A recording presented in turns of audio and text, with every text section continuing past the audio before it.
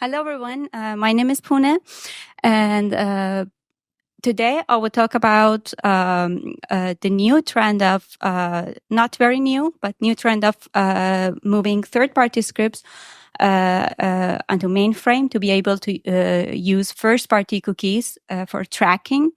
And I will also show how these third-party scripts actually mess up with first-party cookies by exfiltrating or overwriting and even deleting cookies that do not belong to them. And by the end of this presentation, I will show our tool, which can be used to protect against such problematic actions. And this is a collaboration with Aurora Fez and my advisor, Zubair Shafiq.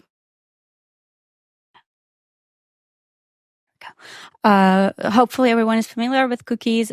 Cookies are a small piece of data. They are stored on user's device via browser, and they play a key role in session management, personalization, and tracking and advertising.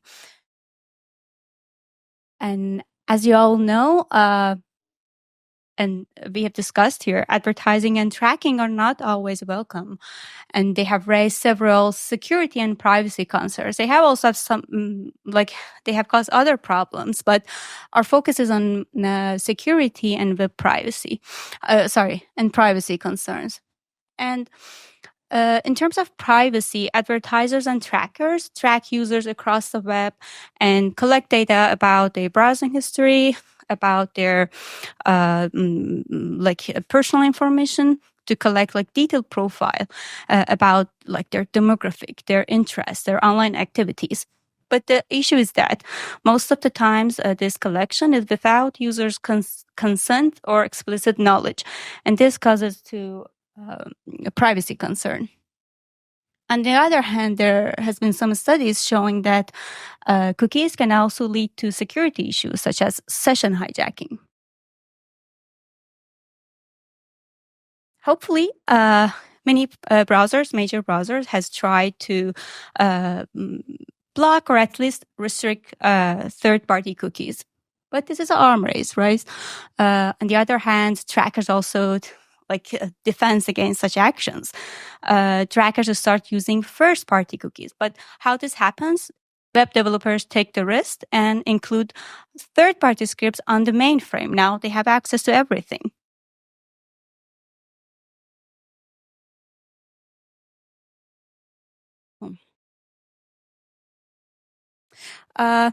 For talking about the problem, I want to take a time to briefly introduce two types of cookies that can be set and accessed.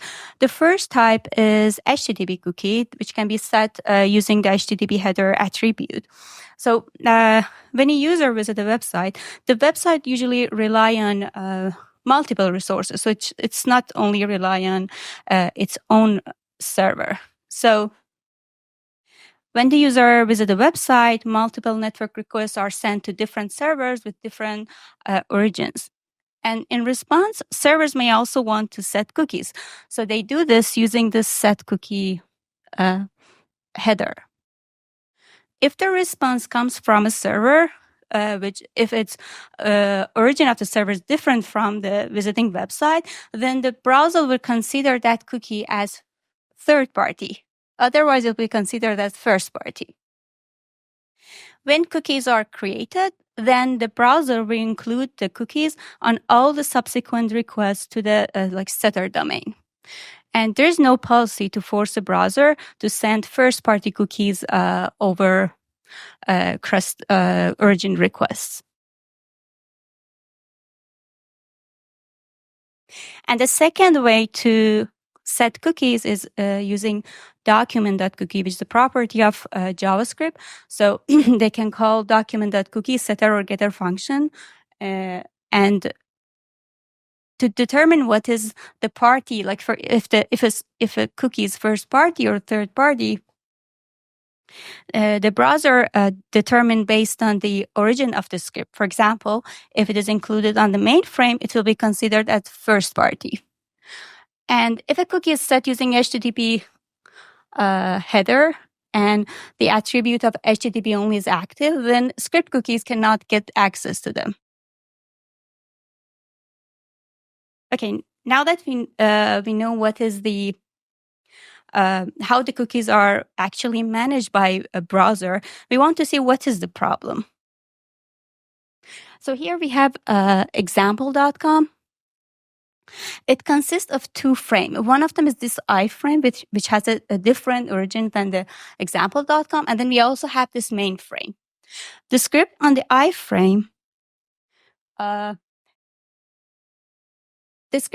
iframe has access to every resource on the iframe, but its access is totally restricted to the main frame, right? But the problem is with this third party on the main frame. It has access to DOM entities, to other scripts, to the cookie jar, and to browser APIs. So now it has access to all resources on the mainframe. But what are the risks of including third-party scripts in the mainframe? So here, our focus is only on cookie jar. There are also other resources, but I've been focused on only cookie jar. So they can collect and exfiltrate actually sensitive information, such as login states or session identifier. So if this information are stored, if they're not stored securely, they can lead to security problems such as session hijacking. Previous studies has shown that websites are actually very reliant on third-party scripts, and like a study for like decade ago shows that like 85% of websites include at least one third-party script on their website. But it's not clear, is it on the mainframe or is it on like iframes? Because we are good if they are included in other iframes. So to measure the prevalence of including third-party scripts on the mainframe, we did this study. We crawled 10,000 websites from the Tranquil list, and we measured the prevalence of scripts on the mainframe. Our study shows that 93% of websites include at least one third-party scripts on their mainframe, and 70% of them are advertising and tracking, right? Our analysis also shows that the inclusion of scripts on the mainframe does not have a flat structure. So they are not all included on the website directly. Like, for example, in this example, we have tmz.com. The web developer includes 3 scripts on the website, on the mainframe. And then these scripts also loads additional scripts, right? So the second tier is included indirectly. So we can say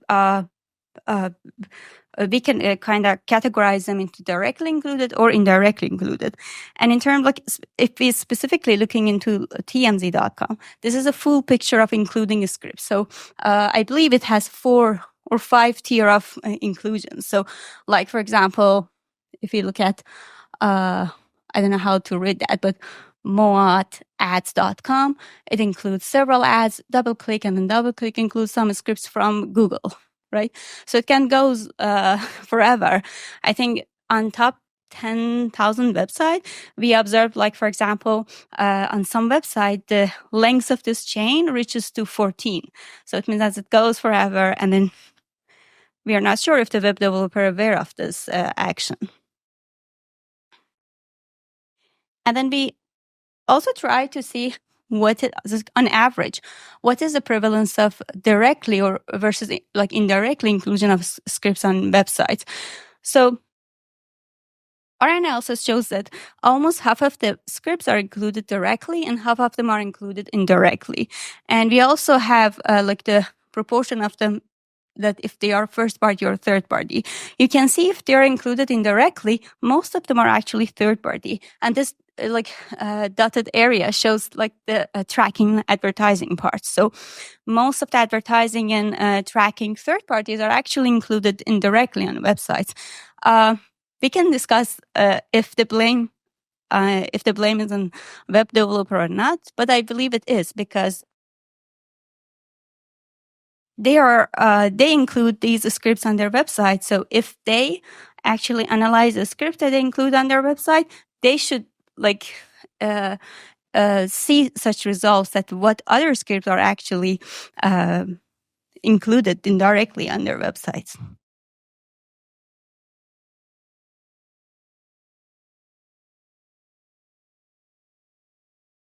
So by knowing that there are so many scripts on the mainframe, this question comes up that do cross-domain scripts on the mainframe interfere with first-party cookies? So we want to investigate two cross-domain actions on the mainframe on the mainframe's cookie jar. So the first one is that we want to see if cross-domain cookie retrieval and exfiltration happens. So it means that a third-party script on the mainframe that do not set a cookie attempt to read and exfiltrate cookies that do not belong to them, right? And then the second action is cross-domain cookie manipulation, including overwriting and deleting, right? And it happens when a script from a different domain tries to overwrite or delete a cookie that do not belong to them. And we answer three questions: how prevalent these actions are, and which scripts are doing such behavior. So we borrow attacker term from the security area. And which cookies are the target of these actions? So what are the victims? Okay. In terms of cookie retrieval and exfiltration, we want to see how prevalent they are. So our analysis shows that on 43% of website, at least one cookie retrieval happens. So almost on half of the website, cookie retrieval and exfiltration happens. And as I said, this is a cross-domain action. It means that the scripts that are engaging in such actions do not own the cookie, right? They exfiltrate and read the cookies that do not belong to them. And then if you want to know which scripts are doing such behavior, in terms of retrieval, on top list, we have googleanalytics.com. So the person that shows, so we have uniquely collected cookie names and their owners, right? So 15% of cookies are actually exfiltrated by a retrieval by Google Analytics and also exfiltrated by Google Analytics. So some of these domains are actually belong to same company, right? For example, Google Tag Manager, if it's set a cookie and it's exfiltrated by Google Analytics, so we will count that, right? But it's not always the case. We have observed, for example, Amazon read and exfiltrate cookies related to Google. So it happens also between companies. And if you want to see which cookies are target of these actions, so here we have the cookie name and also the owner of or the setter of the cookie name. So on top we have, for example, GID belongs to Google Analytics. It's been attacked by about 700 other domains, and it happens on 17% of websites.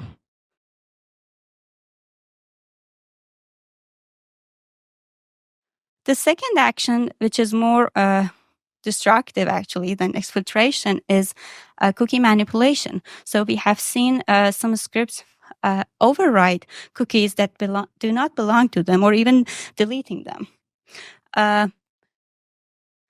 In terms of overwriting, it happens quite a lot. On 1/3 of 10,000 websites, we have observed one case of overwriting, but deleting is not that much common, but it still happens.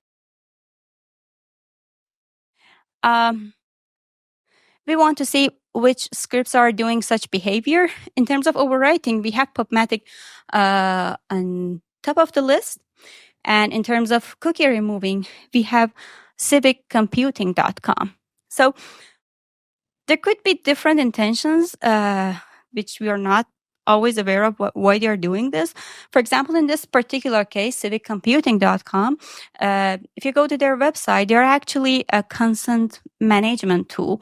So website use this tool or their service to remove cookies if the users do not give them the consent to set cookie. So it is for actually to make sure they comply to, like, for example, GDPR. Right. So, but it's not always that case. We have observed, for example, PubMatic delete cookies or override cookies belong to Criteo, and we are not sure they are doing this because they're a competitor or they're ally. So that's a question. And these are the cookies that has been target of overwriting and removing. So you can see a name like CTO bundle. So it's not a trivial name. We have observed something like cookie test. So this can be considered as a trivial name. So they can use, for example, integers as the name of the cookie. So we can say, okay, that was a mistake. But we have observed some cases that the name of the cookie is not trivial. So if they are deleting or overwriting such cookie, there should be kind of an intention behind it. Okay, by knowing all these problematic actions that are happening by third-party scripts on the mainframe, we proposed CookieGuard, which is an extension. We are using MV3 to keep up the new version, and it can be enabled by users, and its code is available. I'm not going into like a very technical implementation. I'm just briefly explaining how it works. Everything in blue is the extension part. We have a web browser here. We have CookieGuard. All you can see, every access from a website from mainframe to CookieGuard is blocked. So every request to document that cookie should go through our extension, right? So if a third-party script attempts to set a cookie, the request will be sent to CookieGuard, and here we have a data set and extension that keep the cookie name and also the setter of the cookie, the domain of the setter.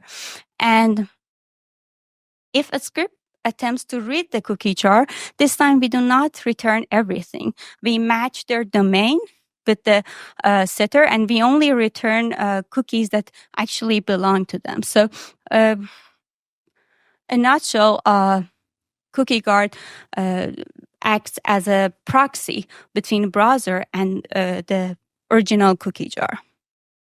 And here I have an example for you. We have a browser, and we have the original cookie jar, and this is a data set of CookieGuard.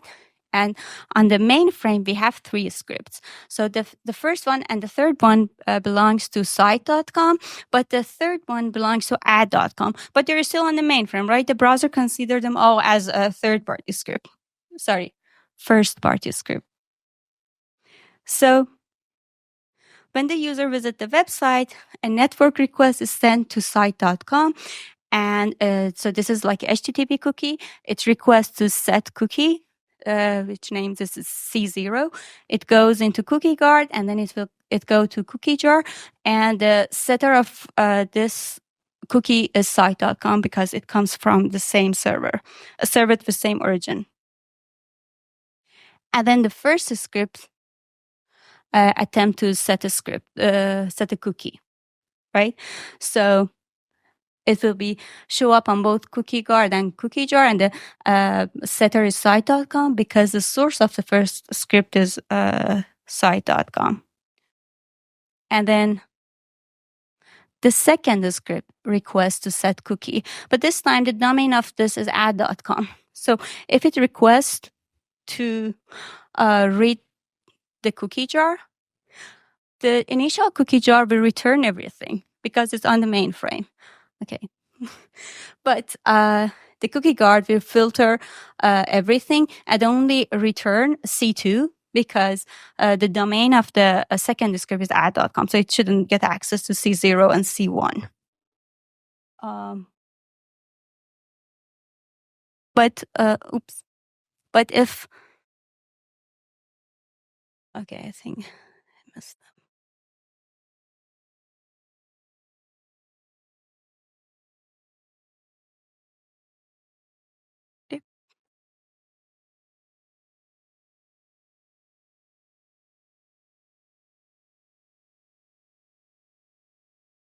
Okay, now get. Yep. Uh-huh.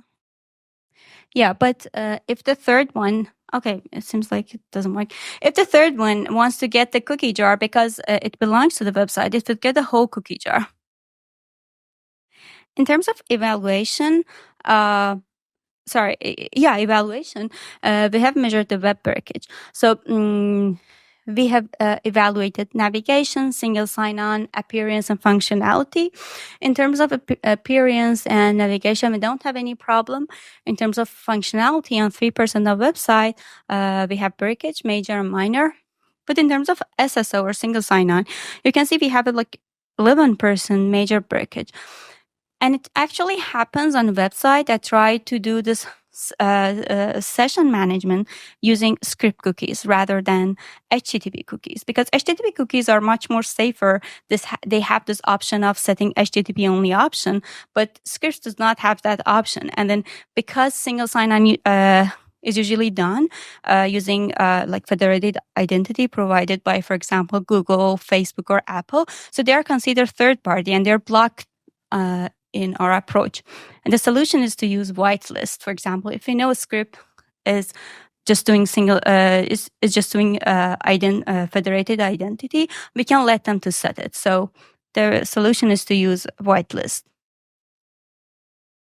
And in terms of overhead performance, using CookieGuard applies 0.3 seconds of delay.